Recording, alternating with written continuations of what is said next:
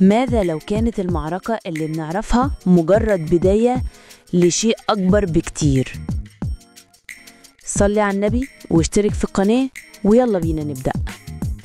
من الآلاف السنين وتحت شمس بتكوي الجلد كان في جيش مجهول، مش من الجنود لكن من عبيد البنا، الناس اللي بتبني الأهرامات الشاهقة وهي بتدوس على دمهم وعرقهم، ناس بيطحنوا في صمت عشان مجد مش مجدهم.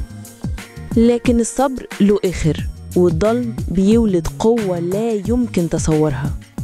في ليلة محدش توقعها اتحولوا العبيد دول من بنائين محبطين لمتمردين شرسين.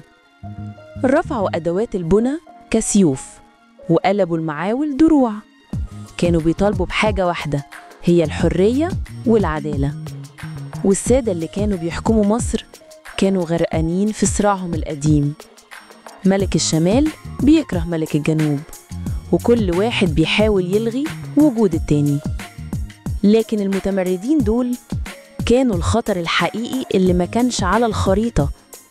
المعركة دي ما كانتش بين جيشين، بقت معركة ثلاثية الأطراف. تخيل إنك تكون في مكانهم، تختار بين عدوك القديم وبين عدوك الجديد. العبيد بقيادة بطل منهم قدروا يشكلوا جيش ثالث قوي بيهاجم من كل ناحية، لدرجة إن الملكين اللي كانوا بيكرهوا بعض اضطروا يوقفوا القتال.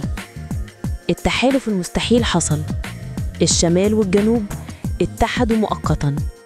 كان لازم يواجهوا التهديد اللي ممكن يقلب كيان الدولة كله.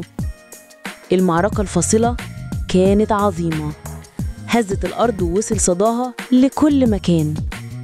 النقش الصغير على أدوات العبيد كان رمزاً لإرادة مش هتنكسر. المتمردين دول رغم نقص الأسلحة حاربوا بقلب من نار.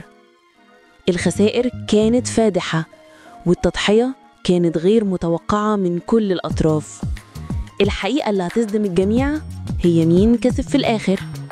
معركة غيرت مجرى التاريخ وأعادت تشكيل خريطة مصر القديمة بالكامل.